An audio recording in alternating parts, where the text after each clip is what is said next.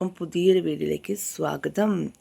അപ്പോൾ ഇന്ന് എനിക്ക് ജസ്ന എന്ന ചൂലിനോടല്ല സംസാരിക്കാനുള്ളത്. ജസ്ന എന്ന ചൂലിൻ്റെ ഭർത്താവ് സലീം കാക്കയോടാണ് സംസാരിക്കാനുള്ളത്. എടാ സലീമേ, നീ എന്തിനാടാ ഇങ്ങനെ ജീവിച്ചിരിക്കുന്നത്? പൂച്ചത്തൂടടാ. ഇത്രയും ഉളുപ്പില്ലാതെ നിൻ്റെ ഭാര്യ വന്നിട്ട് ആൾക്കാരെ എല്ലാവരെയും ചീത്തയും അതുപോലെ തന്നെ വൃത്തികേടും പറഞ്ഞ് നടക്കുന്ന ഇമാതിരി ടൈപ്പില്ല ഓളെ നീ വെച്ചോണ്ടിരിക്കുന്നത് തന്നെ സമ്മതിക്കണം. എന്നാലും നിൻ്റെ ഒരു തൊലിക്കട്ടി, ഇവളെക്കാട്ടിയും തൊലിക്കട്ടി ഇവളെ ഭർത്താവ് സലീം കാക്കക്ക്.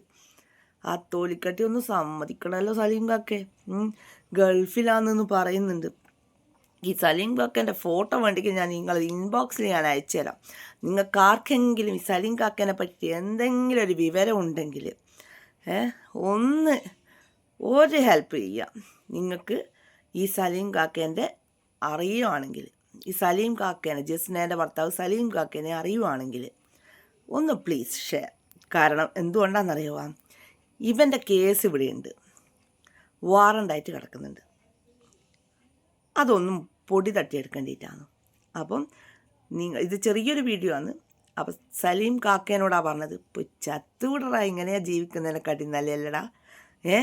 അയ്യോ കഷ്ടം തന്നെ. ഓക്കാനം വരുന്നു നിൻ്റെ ഓളെ പ്രഹസനം കണ്ടിട്ട്, ഓക്കാനം വരുന്നു. പക്ഷെ എന്താ വെച്ചാൽ ഇങ്ങനെയും ഉണ്ടാവില്ല ആൾക്കാരല്ലേ. ശരിക്കും പറഞ്ഞു കഴിഞ്ഞാൽ എന്തെന്നാ ചെയ്യുന്ന ആ തള്ളക്ക് തിരിയുന്നില്ല. ബാക്കിയുള്ള ആൾക്കാരെല്ലാം മറ്റേത് ആ തള്ളേൻ്റെ വിചാരം, ആ തള്ളേനെ നിങ്ങൾ കണ്ടിനെ ഇപ്പം എന്താണ് കോലം എന്നുള്ളത്. അതാണ് പറയുന്നത് ദൈവത്തിൻ്റെ ഓരോ യോഗ എന്നുള്ളത്. മറ്റുള്ള ആൾക്കാരെ പരിഹസിക്കുന്നതിനനുസരിച്ചിട്ട് അതാ കിട്ടിക്കൊണ്ടേയിരിക്കുന്നു. കഷ്ടം. മൂഞ്ചൽ സ്വാഹ. മൂഞ്ചിയിരുന്നു കേട്ടാ സലീമേ. തൊലിക്കട്ടി സലീം പേരിടണം, തൊലിക്കട്ടി സലീം. ഹണി ട്രാപ്പുകാരിയുടെ ഭർത്താവ് തൊലിക്കട്ടി സലീം എന്ന് പേരിട്ടാലേ ശരിയാവും.